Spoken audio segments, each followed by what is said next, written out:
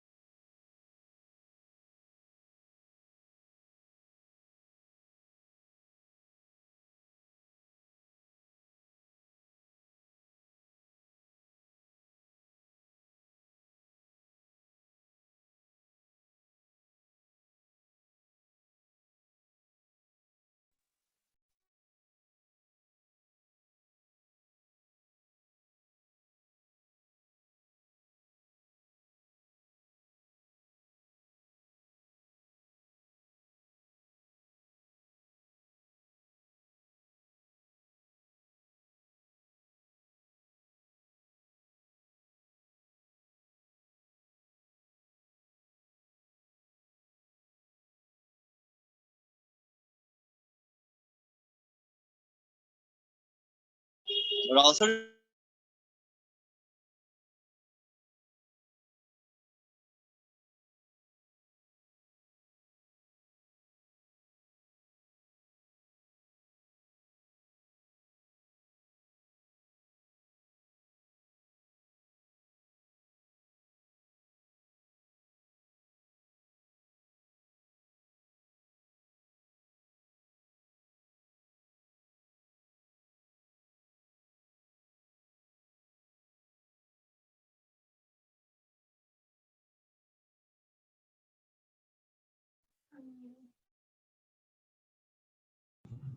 respondent has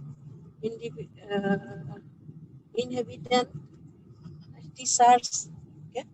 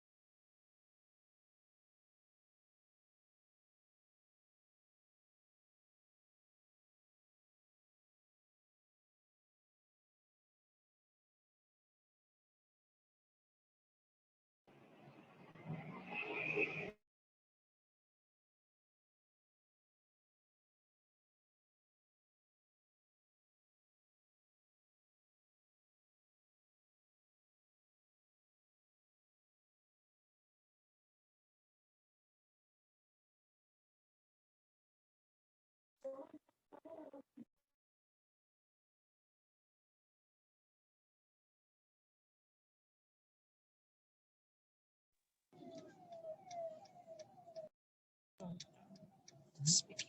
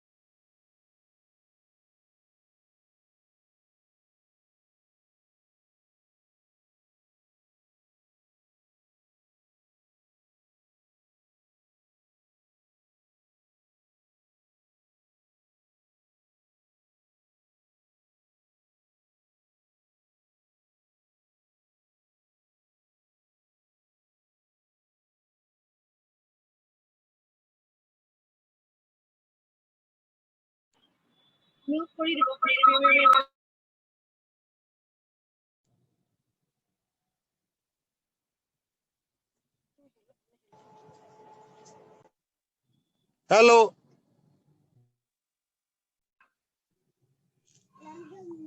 Hello. Hello. Hello, sir. Hello. Hello, sir.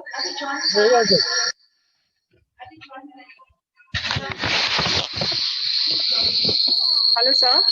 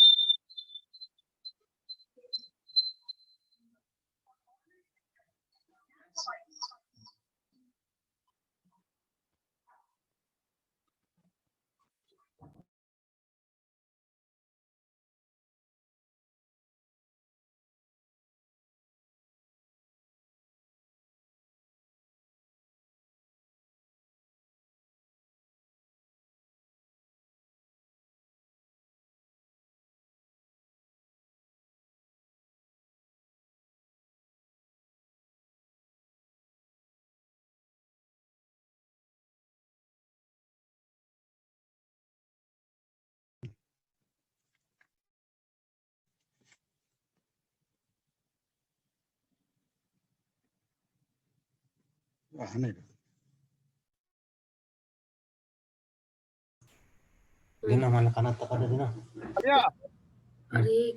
Hello. Yes, sir. Can I speak? No, sir. We're waiting for the speaker to join in, sir. Oh, acha. Yeah. It will take time. So, no, 5 minutes, sir.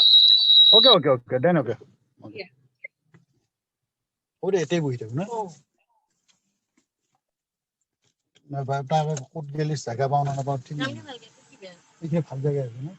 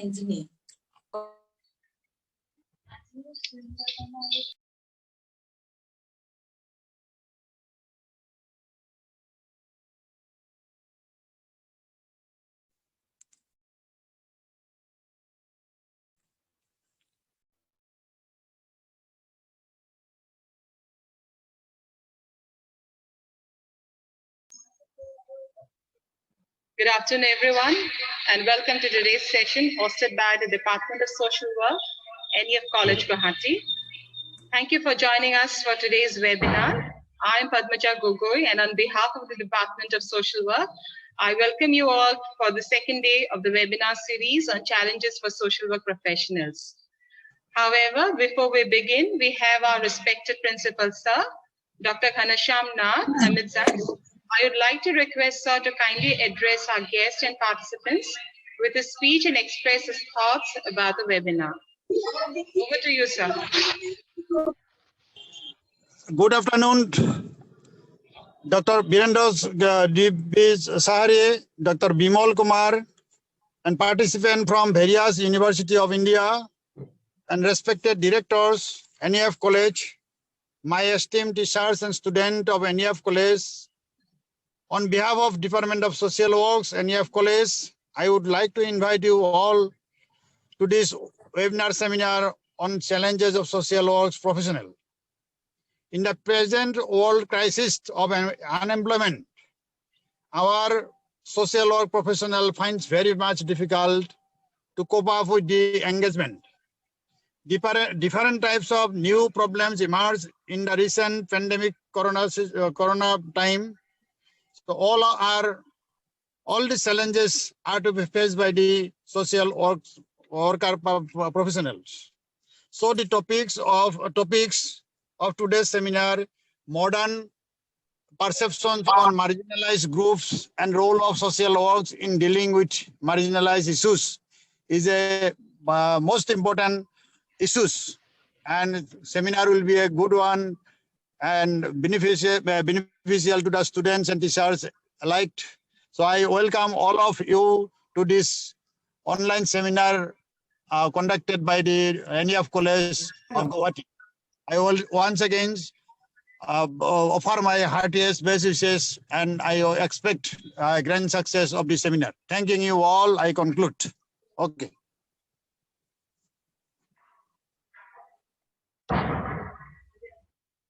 Thank you, sir.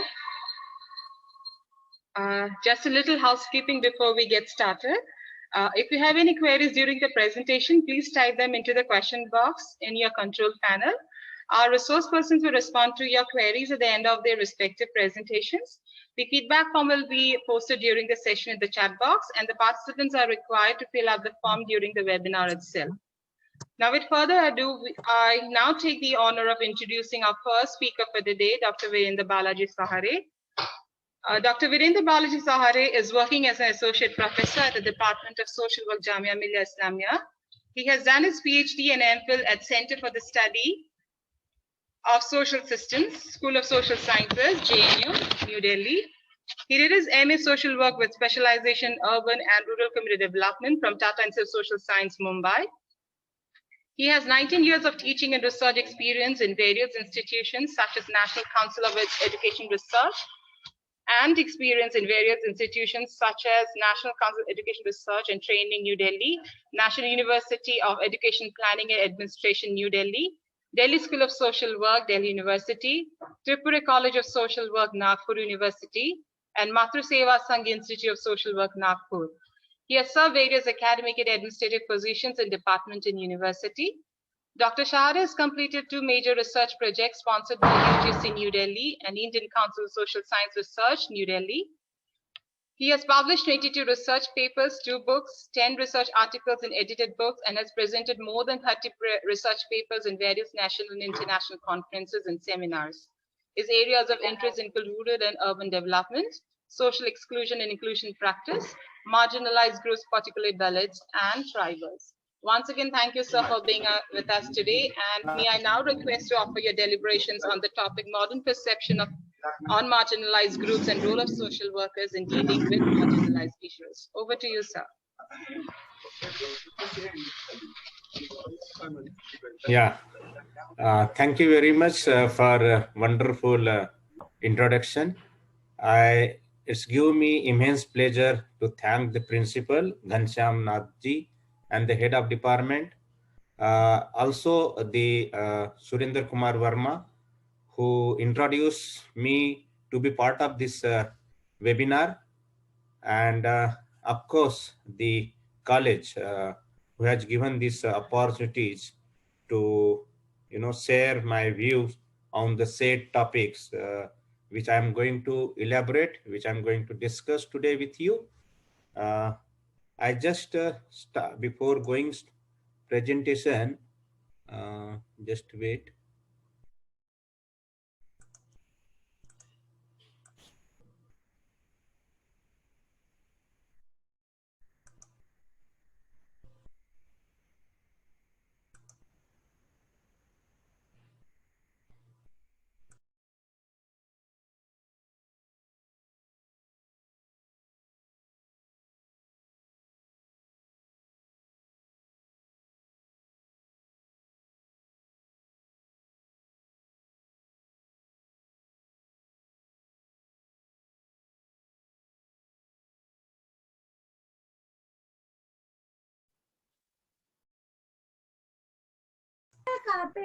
Please excuse me.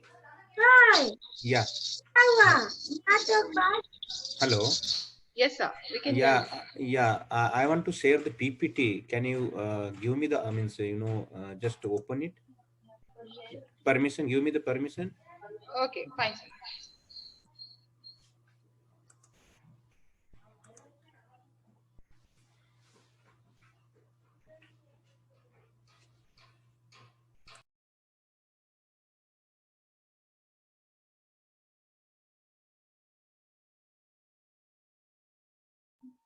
So you can try now.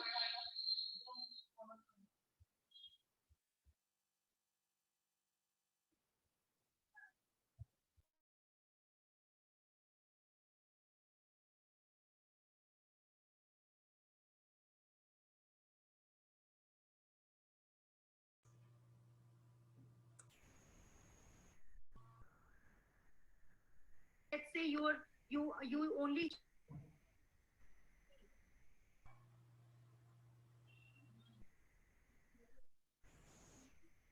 Okay. Screen is visible to everyone. Yes, sir. Okay. Yes, sir. Yeah. Thank you very much for the interruption. And before beginning, just I have to introduce the topic which I'm going to present today. That is the marginalized in India issues, contemporary issues and the challenges. Before discussing about the marginalization in Indian context, what Dr. B.R. Ambedkar said in 1949, on the 26th of January 1950, we are going to enter into a life of contradiction. In politics, we will have equality, and in social and economic life, we will have inequality. In politics, we will be recognized the principle of one man, one vote, and one vote, one value. In our social and economic life, we shall, by reason of our social and economic structure, continue to deny the principle of one man, one value.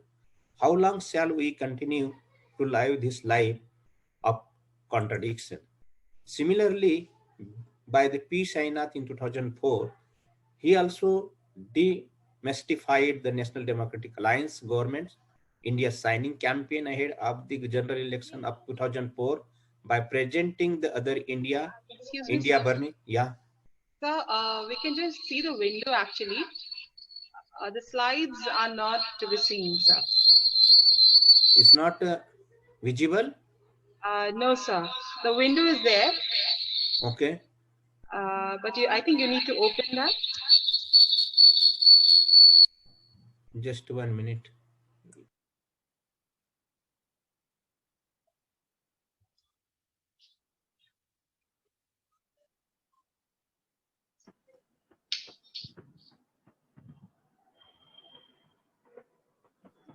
Yes, sir.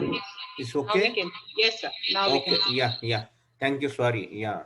So why P. China 2004 also described in the Democratic Alliance government India signing campaign ahead of the general election of 2004 by presenting the other India burning, and the story talks about the inequality, the faster growing sector in India signing. Everyone knows that around 10% of the population signs, while around 90% doesn't. A tiny minority rules the center, and the majority is marginalized at the margin.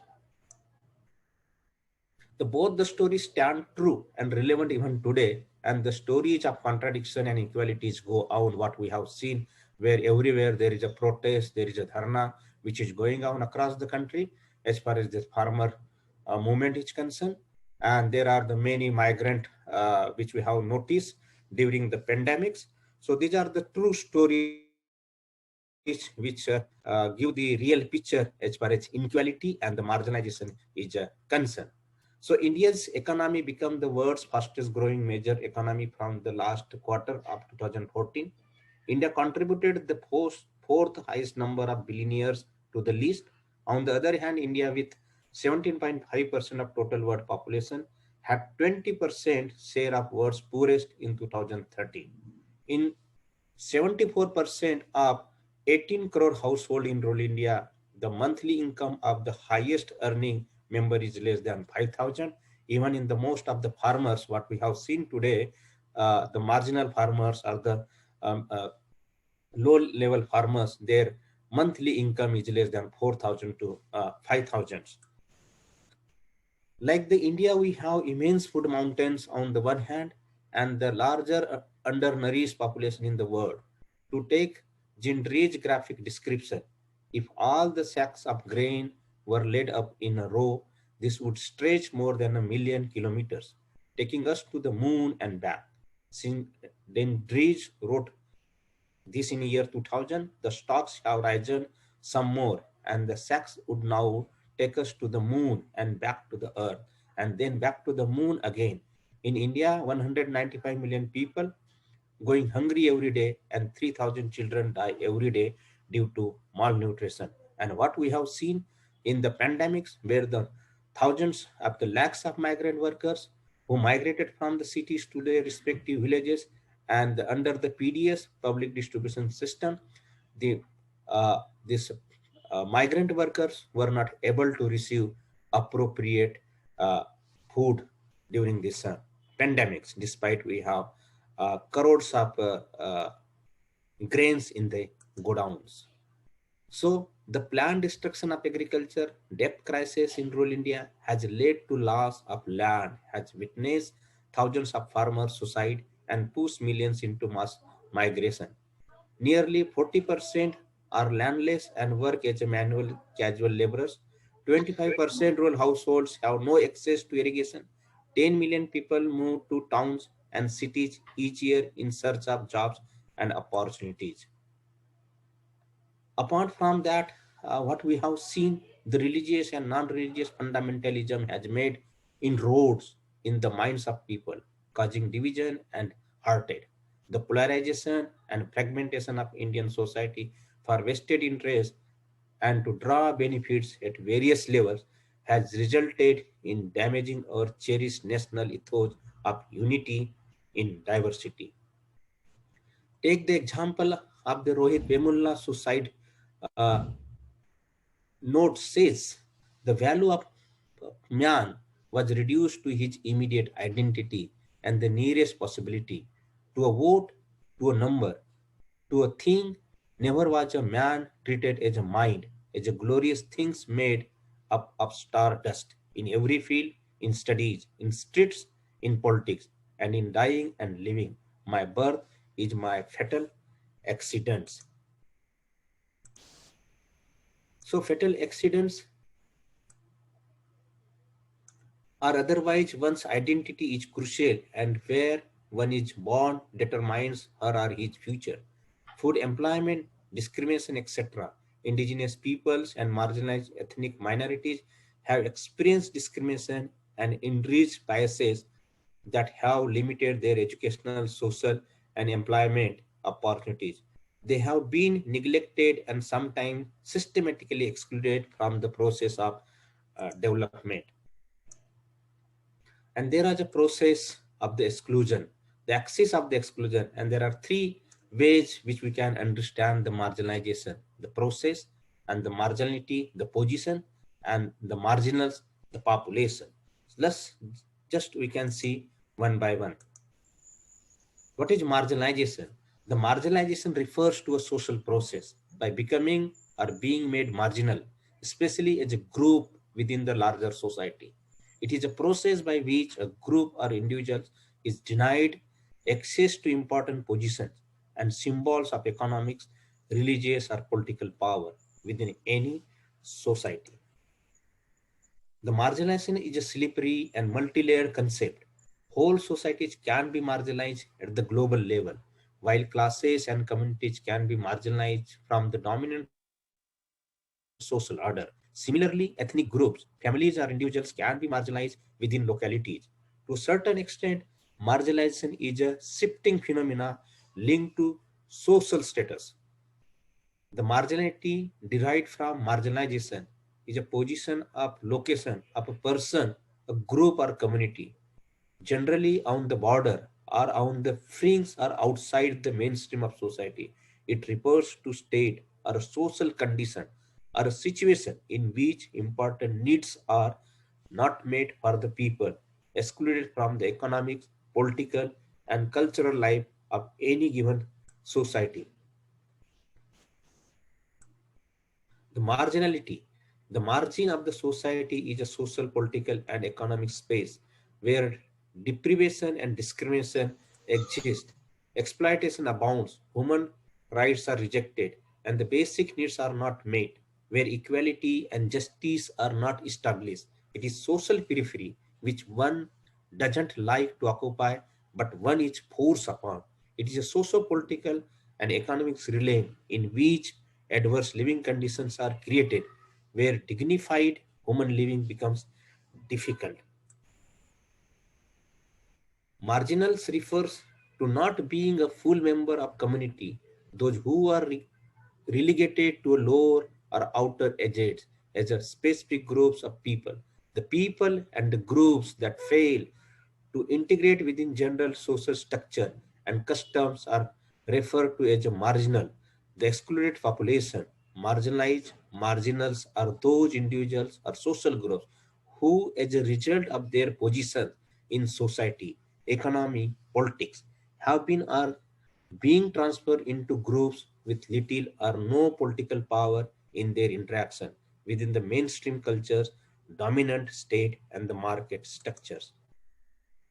So there is a broad categories of disadvantaged population, which you can see in the graph, which we can start from the children. This category also fall under the marginalized categories, the disabled persons, which is the 3rd% of the total population of the countries, the transgenders, which we consider are the marginalized, the women, of course, this is the most marginalized categories as far as Indian context is concerned. Of course, no doubt the Dalits, when we look and understand the these ideas about the marginalization and the marginality and the margins, so the Dalits also fall under these categories, which is having around 15% or 17% total population. Of course, the Adivasis also having the 8% total population. This population, which we also consider of the marginalized, the other backward classes, and the linguistic and the religious minorities, urban poor who living in the slum, apart from the farmers, which we also consider the marginalized in the present times, based on their apathy, based on their agony, and based on the problem which they face, and of course, the migrant workers. So these are the broader categories of the disadvantaged population.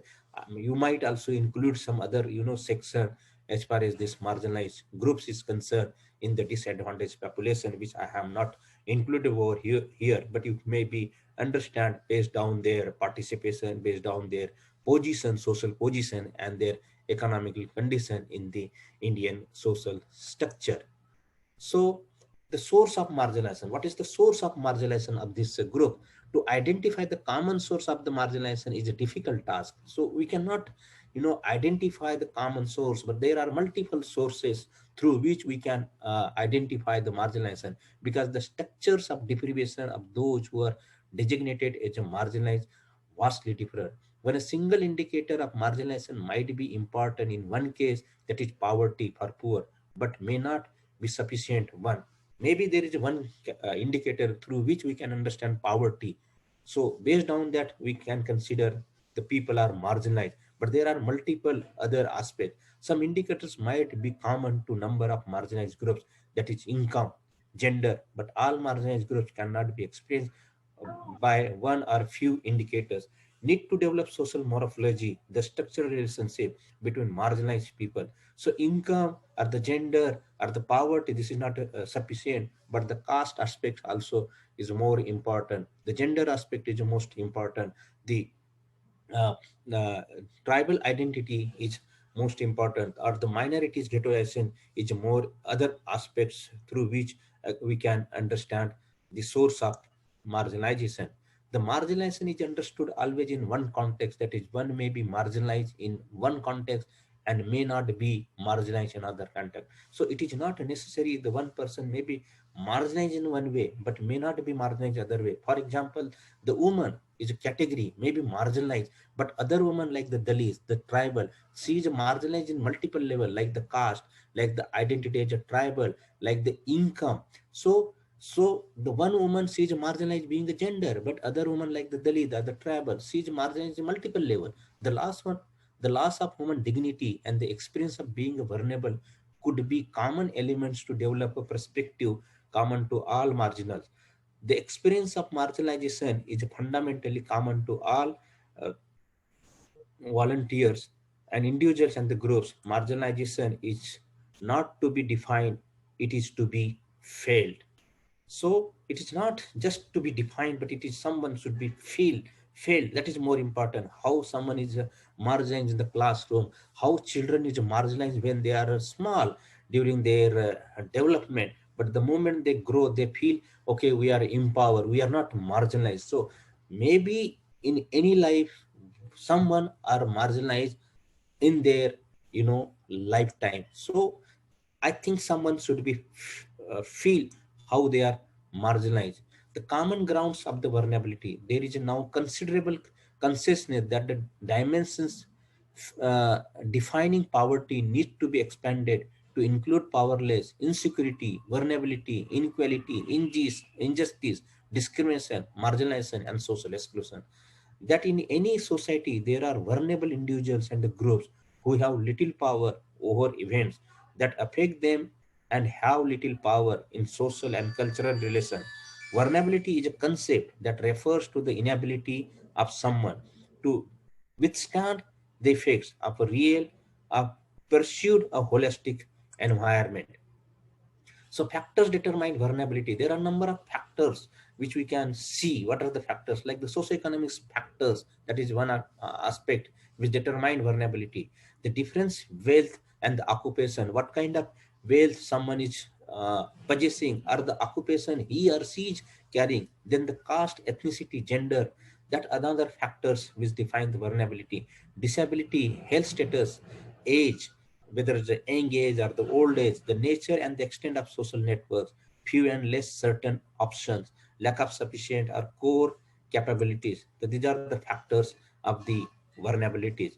Vulnerability spots common to the marginalized. There are multiple spots through which we can identify the habitual location, geographical space, through which we can identify the vulnerability and the marginalization. For example, if we see the person who are living in the territory or living in the far away from the forest area or the some inaccessible area or the remote areas which we consider they are deprived to access the basic resources, or they are not accessing any resources from the mainstream of the society. So that location also define the marginality. And at the same time, when we see in the urban space where the minorities, particularly the religious minorities, Muslims, they are living in the ghettoization or the slums. So that habitual location which also consider the vulnerability spots for the marginalized groups. Poor economic condition, I think, which is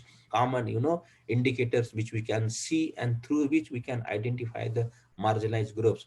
Of course, the occupation and employment economic space, the occupation, like there is a marginalized group, the manual scavengers, for example, they are performing menial jobs in the cities, in the towns or the metropolitan cities. So the what kind of occupation they are doing? The migrant laborer, for example, they do not have the proper skills and they are unorganized. So that occupation and the employment also define the vulnerability and the marginalized space. The educational space which they have, the social relation and the network, what kind of social relation they have, the social capital they have very poor social capital, and they have very less social networks in the social space, subaltern religious status and the cultural marginalization, cultural religious space. So and these are the certain vulnerabilities space which we can identify the marginalized groups. So just when I was discussing the habitual location, here the Dalits located in the fringes of the village in the rural structure, the OBCs living in the poor localities, underdeveloped, the tribals living in the remote areas and inaccessible helmets. The Muslim living in ghettos in the areas with lack of facilities, urban poor in slums, and settlements at the margin in the cities. So these are the specific spots, the habitat location through which we can include the categories, not only the lead, the OBCs, the tribals, or the Muslim, or the urban poor, but there are other, categories. Like the next, for example, with the growth uh, of the urbanization, estimated 32% of the population now lives in the Indian cities. The National Sample Survey Organization (NASO) about 52% thousand slums were located in urban areas. About 8 million urban household lives in these slums. Slums household comprises 17% of the household in the country. Approximately 68 million Indians are living in slums according to government census. So just you can see how much population are living in the urban slums, and they are the marginalized based on their income and the poverty and their occupation. So the poor economics condition, also the one space, the poverty stricken condition.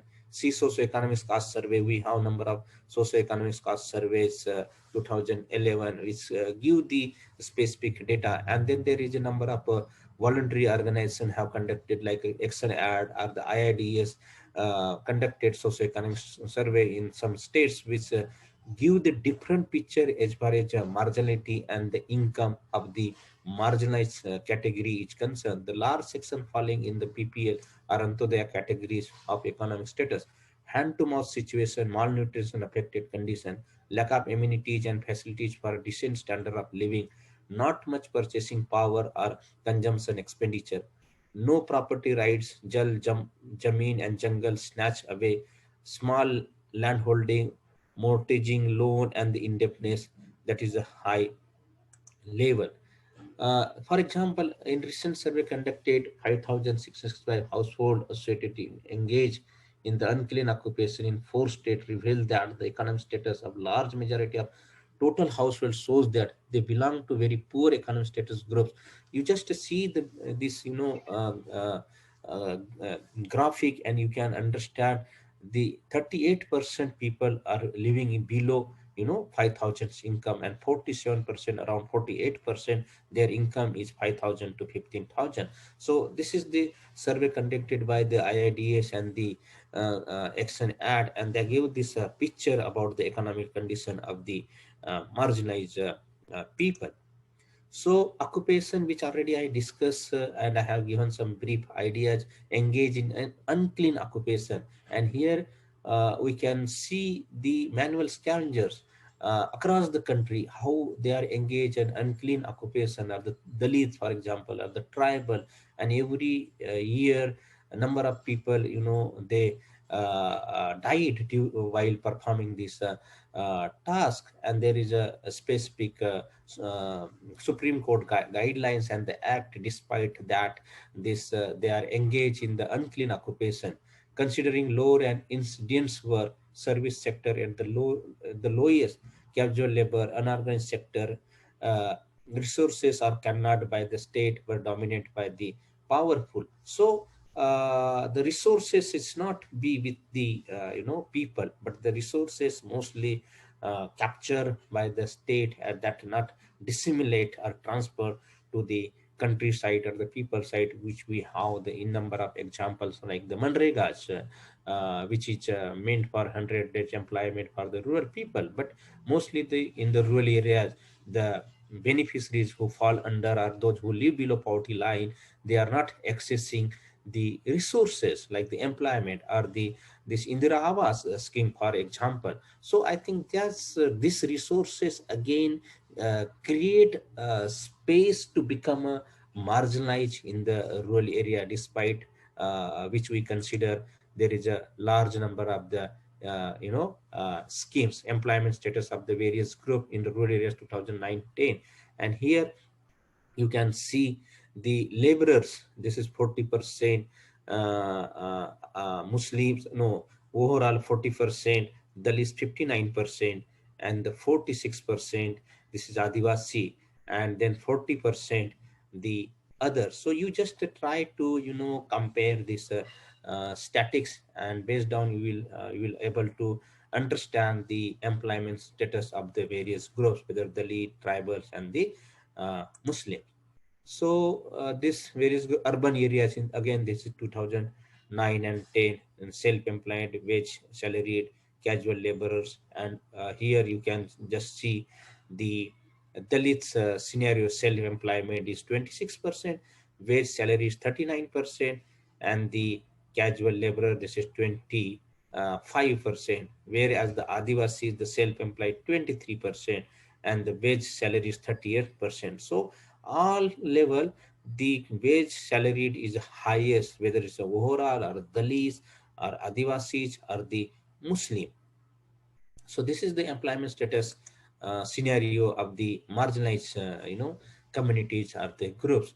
Again, there is a space which is more important regarding the education, which we cannot neglect. And education play very crucial and important role. But as far as this education scenario of the marginalized groups is concerned, particularly the tribals or the Adivasis or the minorities, whether you can see the reports of the Sachar Committee for the religious minorities, and you might notice the education level is very poor in all of this, all section of the marginalized groups. High dropout, many not attending schooling at all, deprived equality and higher education, no qualified or competency skill markets, not finding enough opportunity, no English medium education means in the government level. So not only these, but there are multiple aspects are there. And of course, apart from that, what we have seen in the midday meal are the high discrimination level is going on till the rural side, where these religious minority children or Dalit children or the tribal children living in the density location, they are facing in number of education problem with regard to accessibility and the availability. There is a lack of availability of the education. Even there is a availability of the education, but this is not accessible. The accessible environment is not conducive for the uh, tribal people. So many of the children drop out of school as they grow up, as they are faced with the problem of systematic difficulties like poor economic condition of their parents, lack of facilities at home, not enough resources to take care of their needs in the school, etc. The children pursuing higher level of education declines drastically. So this is also another graph which shows the education level of the children. Elementary level, we have the 100% enrollment, but the moment when they grow gradually from primary to pre-primary to primary and the higher secondary and the graduation, their graph is shrinkingly down. Then social relation and networks, which already I told you and I discussed, the relation, the social capital of the marginalized groups is not up to the level, limited, restricted social relation with the upper caste class, stigma attached identities, excluded section, network difficulties with the difference within the restriction relation, and therefore they are not mobilizing the resources and accessing the resources because of they have lack of relations and the network with the mainstream of the societies which we consider the upper class or the upper caste. uh, then subaltern religious status of the cultural marginalization, not belonging to mainstream religion and core participative members, co-option by the mainstream, Vanvasi, Gharwapsi, attempts by the Hindu fold, inclusion. So I think there are the other aspects which also create another, atmosphere among the that subaltern religious groups to become a marginalization. There are some examples. The state play an important role in the mainstream of the religious culture hegemony of the higher caste and the classes of the society. Marginalized is not able to connect him herself with the school because of the family culture, values, ideology, and the icons have no place in the schools because of the atmosphere. What we have seen presently, most of these heroes or the icons is not visible for the marginalized group. The dominant culture in various forms has been imposed. There is no place for the radical writings of the leaders from the marginalized communities, from the assemblies to classroom, and behind only dominant culture is imposed on the students. In border level, in parks, markets, or any other common places, the dominance of majority community and dominance group is always visible. I think these are the number of examples which we can try to understand, which we always see throughout the country and most of the places, and therefore the marginalized identity or their icon or their identity is not visible, and therefore they feel isolation, deprived uh, in the mainstream of the society.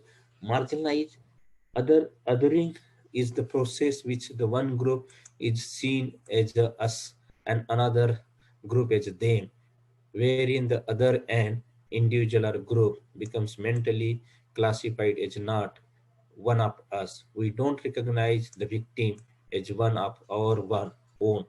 Othering is used as a term of exclusion that signifies marginalization of those who do not hold certain eligibilities and thus are not entitled to the same rights as people who purchase these eligibility. So this is also one areas, and just we can see this example. For the state, the most prominent others are the illegal occupants of the city space, and the among them are the urban poor, the slum dwellers, squatters, and the homeless. They have no legal claim or the socio-economics and political resources to claim the space they occupy, and thus treated either as a non-existent or at the other extent as a criminal offenders who must be removed from the public space. The city's market are seen by the decision makers as the other, the criminal, the beggars, are the outside, the unclean. So I think this kind of people which we have seen most of the cities, and they also consider as a marginalized, groups. So there are brief some contemporary issues which already I have discussed as far as this marginalized group is concerned. But just let's see the how we have to move away from the margin for the equality and the identity. That is more important for the social work profession.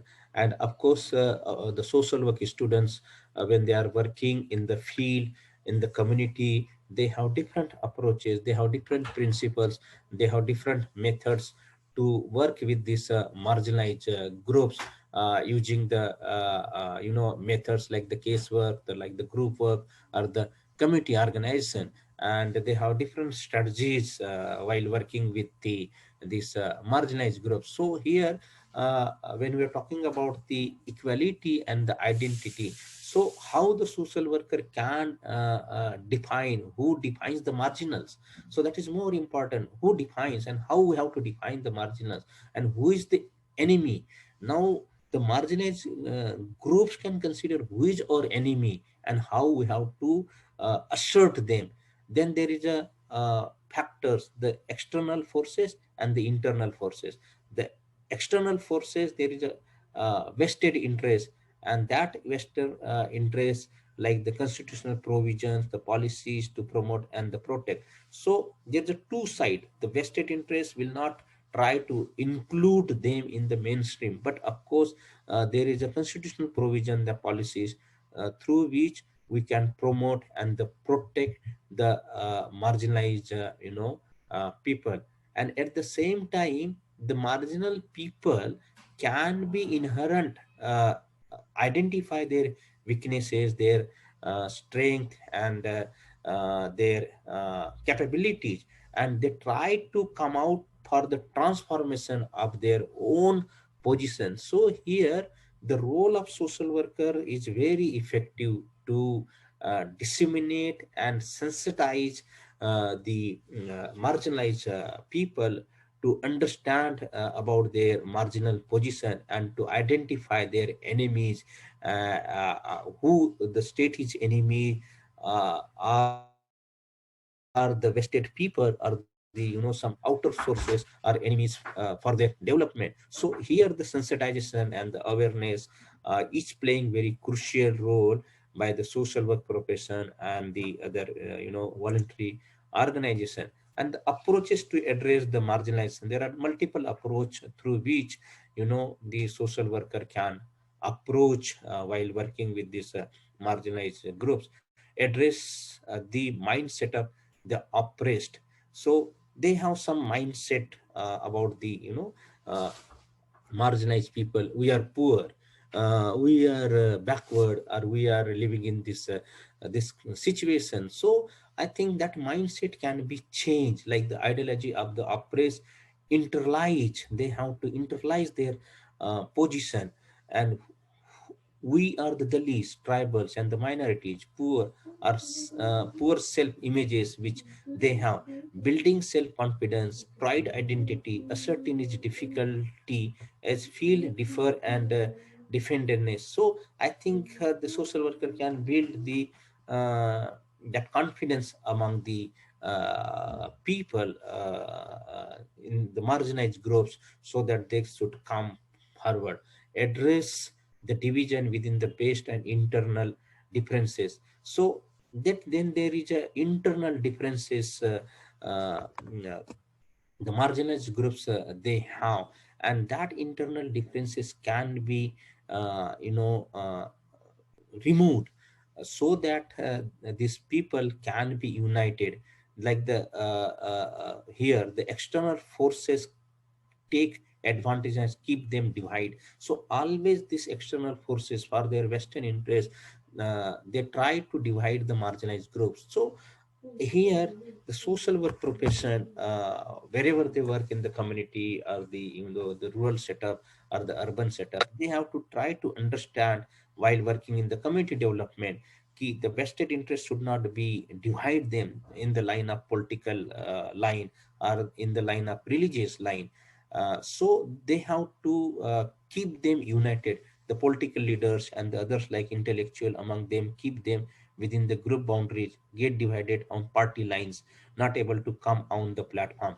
So this kind of sensitization, this kind of uh, giving the proper space to the marginal people, and marginal people can understand their own problems. The third one is move towards the unifying process, how they have to unifying themselves. So who who we are the marginalized, identity formation, that is more important. Then the common space for the movement, which is going on presently, what we have seen in the this Kisan farmer movement. So I think these marginalized people can be come together and address and form the proper movement to dissolve their problems. And of course the social work profession can also take the effective role as far as this improving and development of the marginalized population is concerned. So in these words I will stop here my presentation, and I thank to the organizer for giving me this wonderful opportunities to be part of this events. And hopefully there will be some questions which will come, and I would like to respond. Thank you very much. Thank you, sir, for enlightening us with your session. We will go ahead and take some time for questions now. Just a reminder, please be sure to type your questions into the question box in your control panel. Sir, the first question is from Riza Yasmin. So should we take the question? Yeah, you can. Go ahead. Okay. Okay. So Riza's question is, why and how is the government failing to solve the problems of marginalization, even after formulating various schemes and programs targeting this issue? How can the general public play a part to tackle this problem on personal level? Okay, this is wonderful. Observation is coming from the students regarding why the government is failed to address the issues of the marginalized. Just 1 minute, where I have to.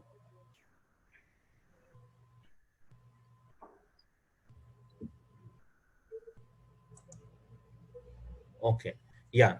So see how the government is a failure to address the issues of the marginalized communities.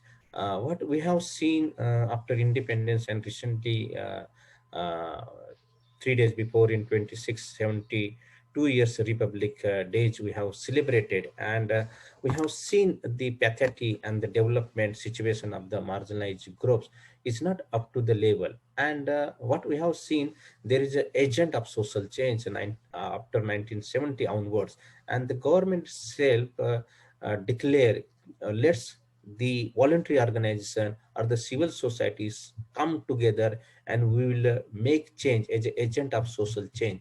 But that thing is not happened properly. The VOs and the GOs, the government organization and the voluntary organization, supposed to play the important role, but the VO playing, but the GO is declining their role. They are not in the all their 5-year plan or the every financial plan. You can see the budget allocation for the marginalized group, or the SCs or the STs or the OBCs or the religious minorities are declining in all development indicators. And therefore the issues of the marginalized groups is not addressing properly. They considering it's a vote bank for them, but it's not considering let's we have to work for overall development and the empowerment of the marginalized groups. And therefore the basic issues of the marginalized communities like the health, the education and the employment is not addressing across the level. Okay, thank you, sir. We have a second question from Joyita Bhattacharjee. Her question is, how do we solve the caste-class dichotomy that leads to exploitation of several policies in the present-day context? For example, in a certain institute, a group of girls availing the hostel facility in terms of caste status were financially stable, leading more marginalized students to miss out on their seats. Okay, so Bhattacharya, thank you very much for your dichotomy, means how we have to solve the caste questions, and it's a very difficult situation uh, dissolve or the solve. One can take this initiative to decast themselves. And what we have seen, the Professor Ramaya from Tata Institute of Social Science, so he categorically discussed and he wrote lots in his article where he mentioned this is a virus, and there is no antivirus which kill the caste system. And this is the individual responsibility to decast themselves. So people are not decasting them and themselves, and therefore this phenomena is going on across the countries because of the privilege and the the power which someone is enjoying based on their own identity as a caste, as a superiority, as a hegemony which they enjoy in the public places. And therefore if you want to remove the caste system, we have to decast ourselves. uh, until and unless if you will not decast, so this caste system or the caste scenario, it will not remove across the countries. And we have seen a number of incidences which is going on in the very premier educational institute, whether it is IITs, whether it is the IIMs or the medical or the engineering or other government funded institution. So this kind of discrimination and exclusion will going on and on until and unless people will not decast themselves from the caste system. Okay, thank you, sir. I think we have addressed all the questions. Thank you, sir, for your session. Thank you very much. Thank you. Yeah.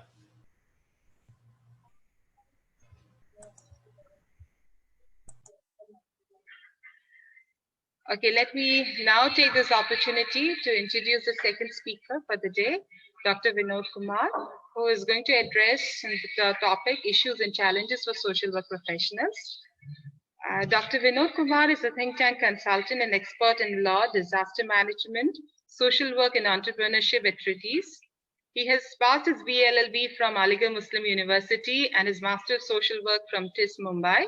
He has completed his MPhil and PhD from JNU New Delhi.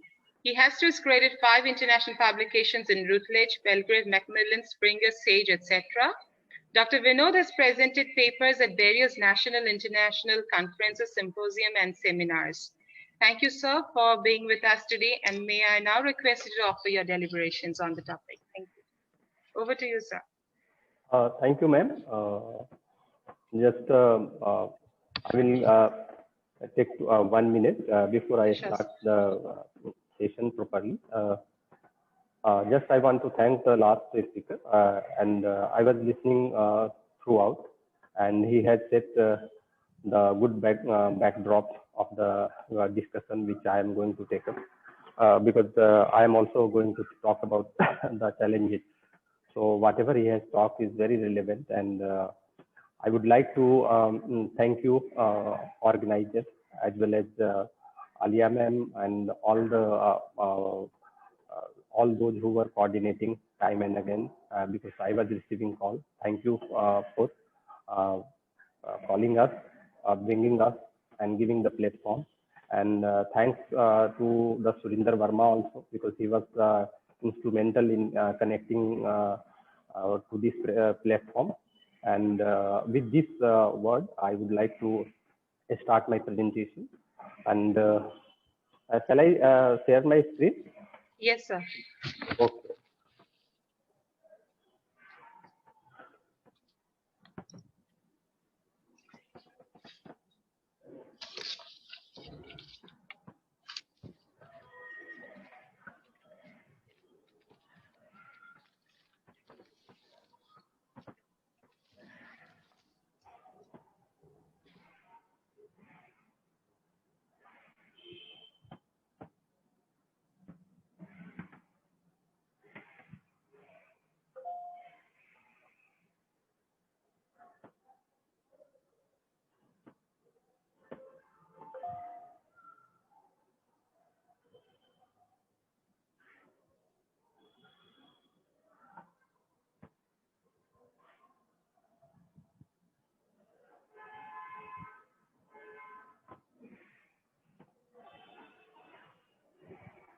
Are you able to see my screen?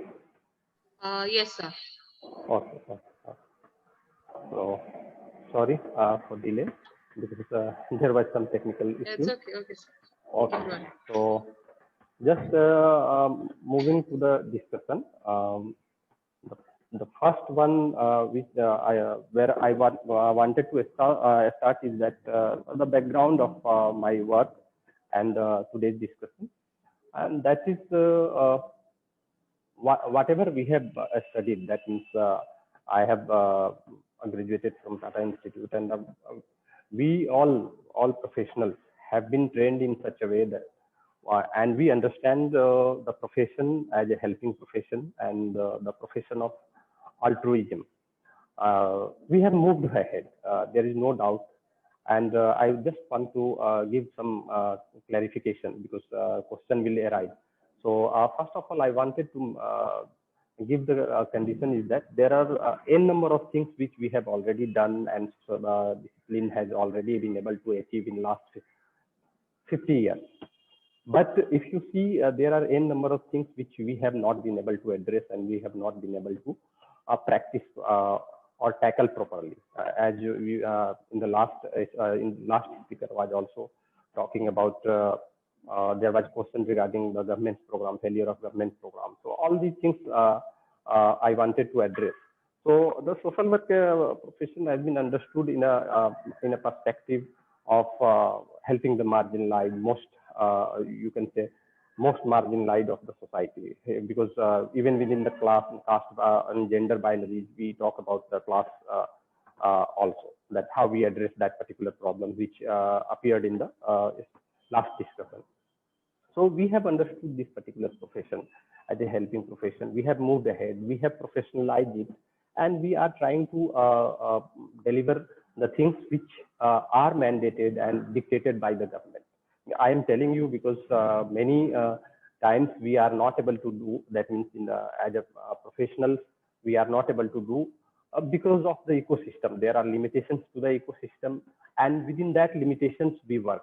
We know that there is no recognition at the you can say regulatory level, because we are not we have no national level body which is recognizing and licensing our work like in the Western countries. So we have a different state of reality. And if you see by the passage of time, what we have done is that we were able to identify many issues, many methodological practice has been emerging, and we have identified and nurtured all those practices. If you see the work of pedagogical or curriculum work of the Tata Institute, if you can see that we have added value to the existing methodological intervention. We have started working on the anti-oppressive social work. We have started working with the you can say disability on the direction of disability right on all. So there is no doubt we have added value to the discipline, but I will not deliberate mostly on the achievements. So because I am going to present before you one basically more or less regarding what we can do and what we have missed and what we are going to miss in the future. And the next thing which is missing in our pedagogy or curriculum is the entrepreneurial spirit or the thinking. By this I mean that how we prepare our students to have or to think about revenue and a sustainable model of intervention. Because we have seen many times that when we are going into the community, how community is becoming dependent, and whenever we are living, that means whatever kind of intervention we are doing in the community, whenever we are leaving, that intervention collapses. So how we have to address and how we can address this particular problem of dependency, because our whole effort is not to make people dependent. So most of the time, what we in the Indian context, what we are finding is that we are not able to make them properly. You can say we are not able to design a holistic intervention. It can be of any kind. It is not only about the old age, youth, or maybe women, disabled people. It is almost available at the all level, and it is also reflected in the government policy program. In the last session, there was a question that how do you address this ghost beneficiary and those people who are already capable enough, economically well enough. So how you address this particular problem? Because we need to think that we also need to accept that government is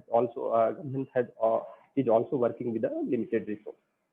So with this particular backdrop, I just wanted to propose you that the kind of world we are living in, where the meaning of social as well as social work has already been changed, tremendously has been changed. And if you see the throughout the curriculum and throughout the methodological intervention, if you see, you will find that the methods has remained almost the same. So why I am telling you is that in the time of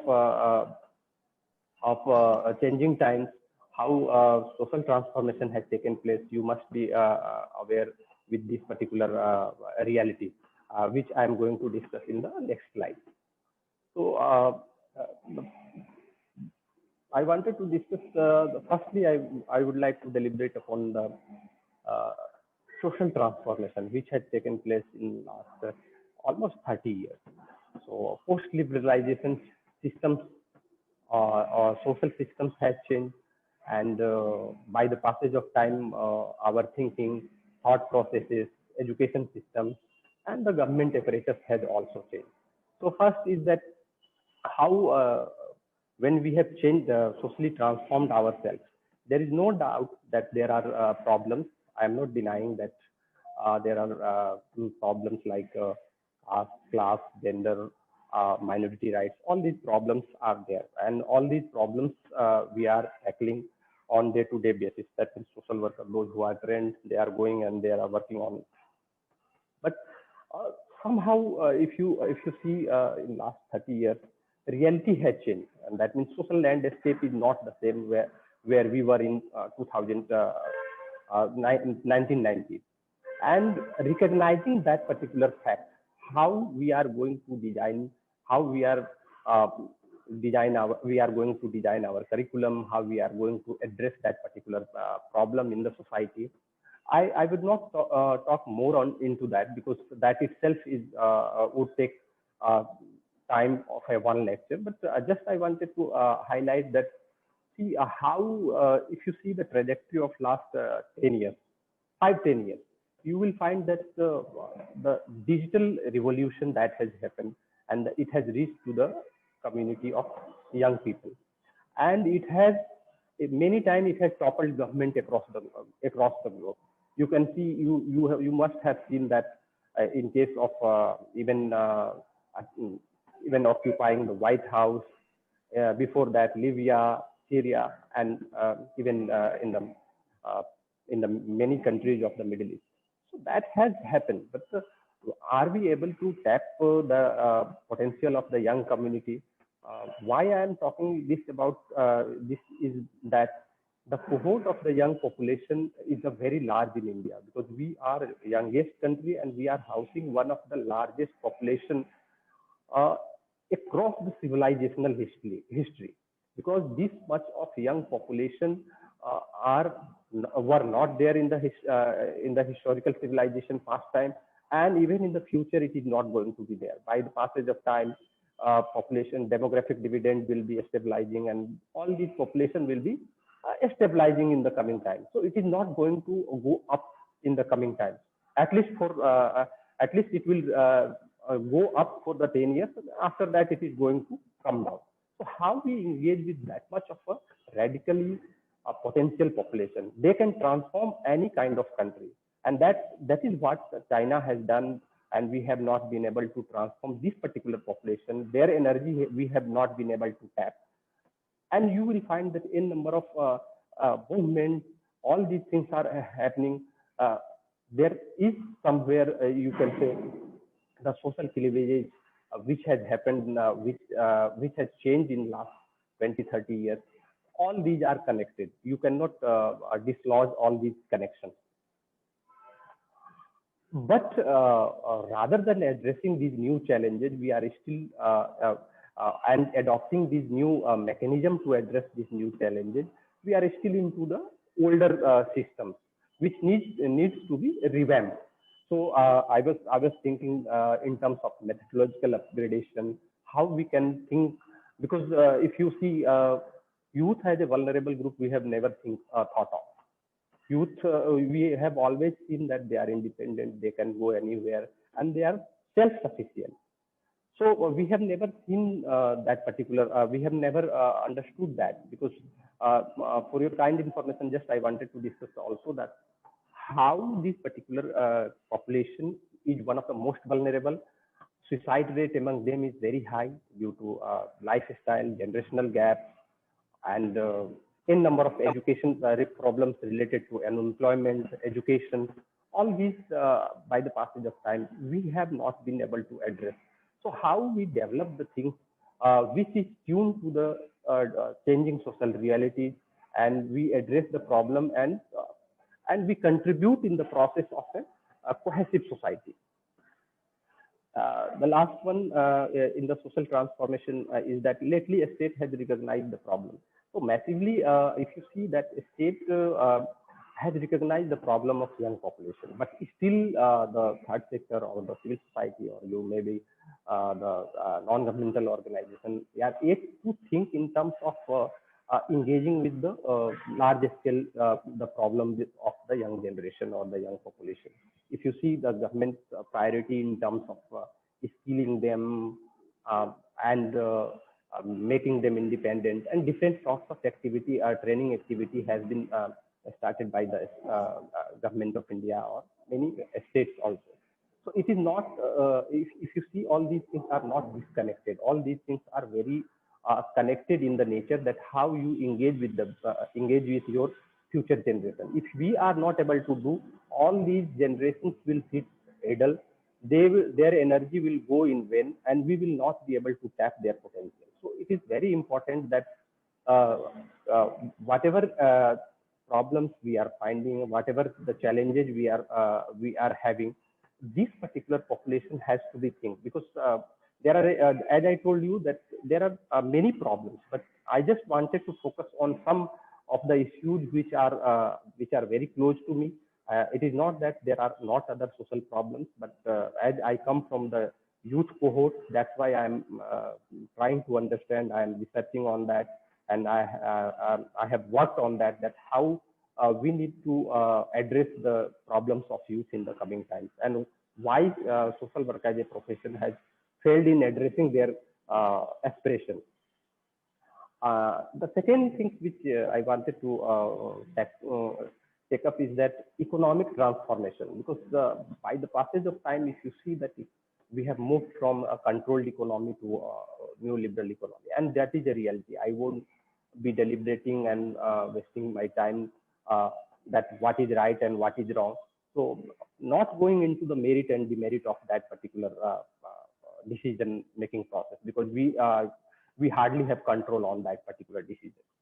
So just thing is that in last 30 years, huge transformation, economic transformation has happened, and shift of there is shift in the state's approach, as well as if you see that how many of the service provisioning which were earlier imagined as the government service provisioning, now it is being provisioned by the private companies. So we need to think the reality, and we need to design programs or intervention in that way. So if you see the largest reality which I was talking of the unemployment of the young generation in India, is that and the next, if you find that earlier state was a state, that means I'm talking about a political state, that means government of India and the state apparatus at the provincial level. All these states were providing jobs to the youth, which had shrunk in a large way. The state is getting slim and trim day by day, and the private sector is ballooning day by day. So this is the reality, that most of the jobs, not most of the, more than 90% of the jobs are in private sector. So how we need to change our strategy as a social work professional to deal with that, because we cannot ignore them, because they have occupied a large space. Ignoring them will be at our own risk. We will not be able to, because there are other professions which are taking up the work traditionally, which has been considered by the discipline of the professionals of social work. So the other thing is that we consider ourselves as a service professional. That's one point. Whenever I talk, I discuss that we consider ourselves as a service professional, and you must have, if you have seen that tax collection data, you will find that service sector is the highest taxpayer of the country. That means service sector has grown in last 30 years like anything. So how this service sector, if service sector is growing, why our profession, which is very important, because service professionals, we are creating service professionals. We are not able to tap that particular opportunity. We are not able to send our students. Our students are not getting opportunity in all these frontiers, because either they are not prepared, our curriculum or our departments are not prepared to handle all these situations. Just I would like to give you an example that CSR after 2013 Companies Act has been mandated by the government. If you see that how social work as a discipline has been able to tap this particular opportunity, because if our people are not reaching, that means our graduates are not reaching to these positions, we cannot change, because if they are not going to the decision making process, if they are not going for the fund at the level of fund disbursement, we cannot think of changing the reality at the grassroots level, because you need to know that what is important at the local level, that means at the grassroots. People, those who are capturing all these spaces are largely from the business administration, and they are occupying a space. So that's what I wanted to highlight, is that earlier even industrial relation was part and parcel of the social work discipline, which we have missed, and we have given it to the human resources department, and it has already been a separate discipline in itself, our department in. Yes. So how these things are, we can tap all these opportunities for our graduates, and how we can deal with the curriculum development, and how our departments are prepared. Are we prepared enough to deal with all these challenges which are already existing in the market? So we, I am highlighting, and Oh, wait, something let's- my let's see mother's that- phone. that if you see the challenges which is coming in a big way, is that commodification of public goods, because I will again I would say that we will not go to the merit and demerit of this, but if you see the public goods like education, health, all these things are getting privatized. So the apparatus, design and methods and interventions, whatever we were having with the state machinery, because earlier all these domains were considered as a domain of state. That means state exchequer was funding all these social goods. Now things have changed tremendously. Health, education, and many of the management of care institutions, including child care or maybe old age, all these are getting privatized, or not privatized, to at least PPP, public-private partnership is happening. You will find that things are changing on the ground. Government is recognizing this particular fact, but academic fraternity has not been able to mold this particular curriculum, or you can say the opportunity which has been propped up. We have not been able to tackle, or you can say tap it properly. So how in the changing economic reality, how this particular discipline has to be prepared. That means our graduates has to be prepared, and for the graduates, we need to work on the curriculum development. That how we develop the curriculum so that we can attract more and more talent. That is also a real challenge, to attract the potential, or you can say the merits at the level of graduation, at least so that they can join the master's program.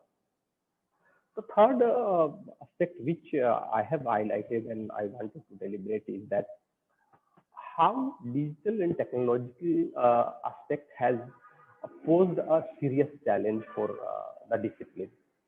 If you see, the technology is very fast. If you see that within a generation, how we have moved from a landline connection to a seamless mobile. So technology is moving in such a fast way. Are we, is the department or the syllabus or the curriculum is moving in that way so that we can match the pace of the market, or match the requirement of the state, for the matter if people are, our professionals are working with the states, or maybe for the,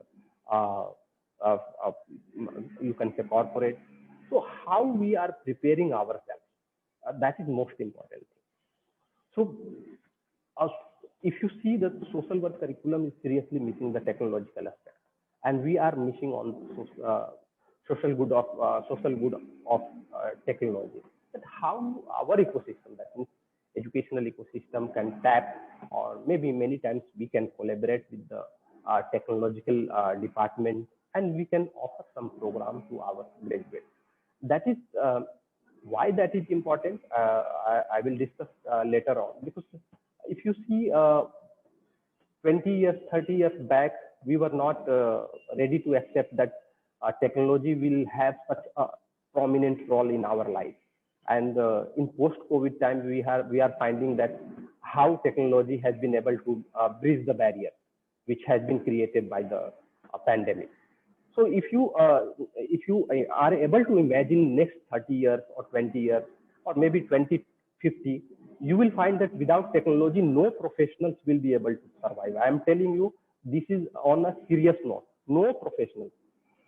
So we are not going to survive if we are divorcing technology in our curriculum. You see that Internet of Things, blockchain, drones, robotic science, automation, artificial intelligence. Are we able to imagine that in the casework we can have we can use artificial intelligence?